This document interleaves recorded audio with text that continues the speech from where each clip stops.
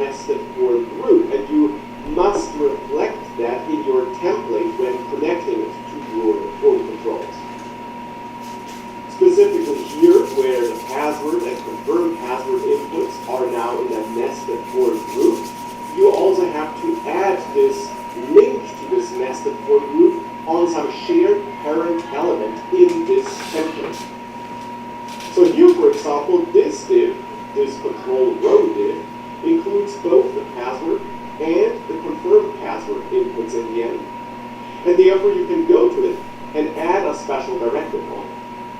The form group directive we already saw before for connecting the overall form. We can also use it to connect a nested form group. So in this case, form.controls.passwords. But just with form controls, writing that whole part here can be annoying. That's why Angular also gives you a form group name property, which you can use for registering nested form groups. Now it's just the form group name, which in my case is passwords, that's passed here. And with that, everything's good again, the error goes away, and these two are now in a form group. And we can see that if we submit the form, now we can see the form group here in the controls. We got the passwords form group here. And if we expand that, we got the nested controls. And we also see that in the form value.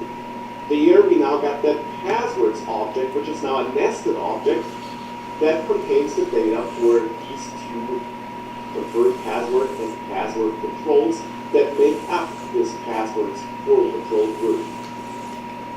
So that's how you can add structure. And we can do the same now for the address data. Here after last name, we can add an address property, which is also a form group. And then here we also pass an object to that. And now we can move street, number, postal code, and city into this address form group. And just as before, we now just also have to make sure that our connections still work. So in this case, I got this field set element that acts as a wrapper around all these address inputs. And therefore we can add the form group name directive on that and give it that name of address, which is that name I chose here. With that, this also still works if I reload that. And again, if I submit this, we now also have this nested address data.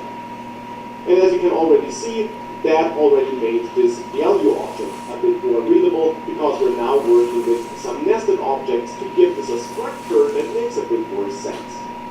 So that's how we can work with nested form groups.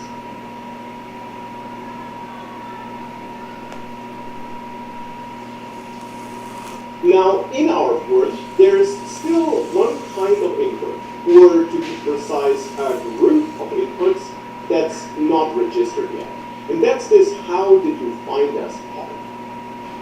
In the end here, we have three different inputs, but of course, if we really think about it, it's one input with a list of values that can be checked or unchecked.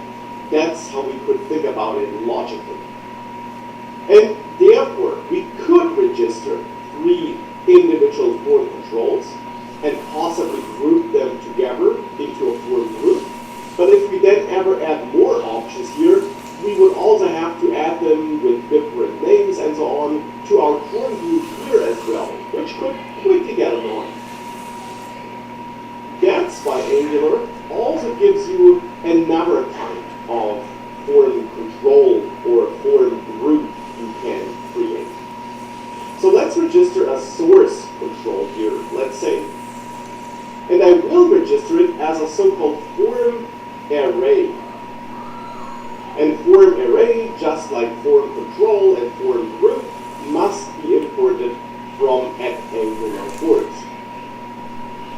Now, a form array is meant to be used whenever you have a list of controls where you don't necessarily need or want a unique name per control, but where you instead